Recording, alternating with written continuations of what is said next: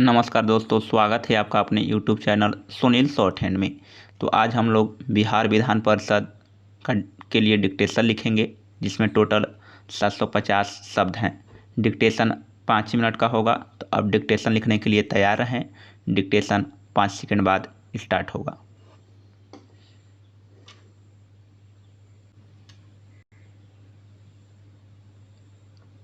Start.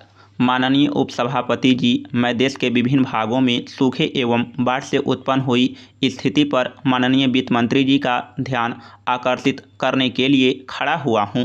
श्रीमान माननीय मंत्री जी को यह जानकारी है कि मैंने तारांकित प्रश्न संख्या 10 के द्वारा कृषि मंत्री जी से यह जानकारी मांगी थी कि देश में बाढ़ से क्या हजारों लोग बेघर-बार हो गए हैं। यदि हाँ तो उसका ब्यौरा क्या है, यदि नहीं तो उसके बारे में भी स्पष्ट जानकारी दी जानी चाहिए। माननीय कृषि मंत्री जी ने पिछले सत्र में इसी प्रश्न के उत्तर में कहा था कि आवश्यक जानकारी सभा पटल पर रख दी जाएगी। क्या मंत्री जी यह बताएंगे कि वह जानकारी अभी तक क्यों नहीं सदन के पटल पर रखी गई? क्या यह सच है कि विभिन्न राज्यों में बाढ़ और सूखे से भारी क्षति हुई है, जिसमें करोड़ों रुपयों का नुकसान हुआ है? क्या यह सही नहीं है कि उन लोगों को राहत देने के लिए जितना भी धन केंद्र सरकार ने भेजा था, उसको प्रभावित लोगों तक नहीं पहुंचाया जा सका?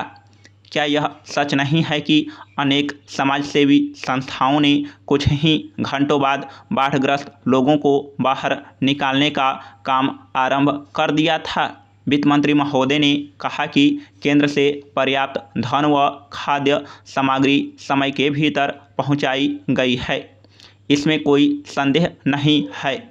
लेकिन माननीय सदस्यों ने जो बातें कही उनको ध्यान में रखकर यह कहना भी सही है कि लोगों को बड़ी कठिनाइयों का सामना करना पड़ रहा है। इसमें शक नहीं है कि लोगों ने बहुत हिम्मत और साहस के साथ इस मुसीबत का सामना किया है। लेकिन प्रश्न यह है कि जिसका सब कुछ खो चुका है, उसको फिर से बसाने में कार्य में तो उसको सहायता देना सरकार का कर्तव्य है। प्रधानमंत्री महोदय ने स्पष्ट शब्दों में कह दिया था कि तुरंत राहत कार्य शुरू किया जाना चाहिए। इसमें कोई शक नहीं कि राहत कार्य तुरंत शुरू किया गया, जैसा कि कई माननीय सदस्यों ने स्वीकार किया। बाढ़ग्रस्त इलाकों को देखने के लिए तुरंत प्रधानमंत्री महोदया, गृह राज्य मंत्री, वित्त उपमंत्री, रेल मंत्रालय में उपमंत्री तथा अनेक संसद सदस्य भी गए थे।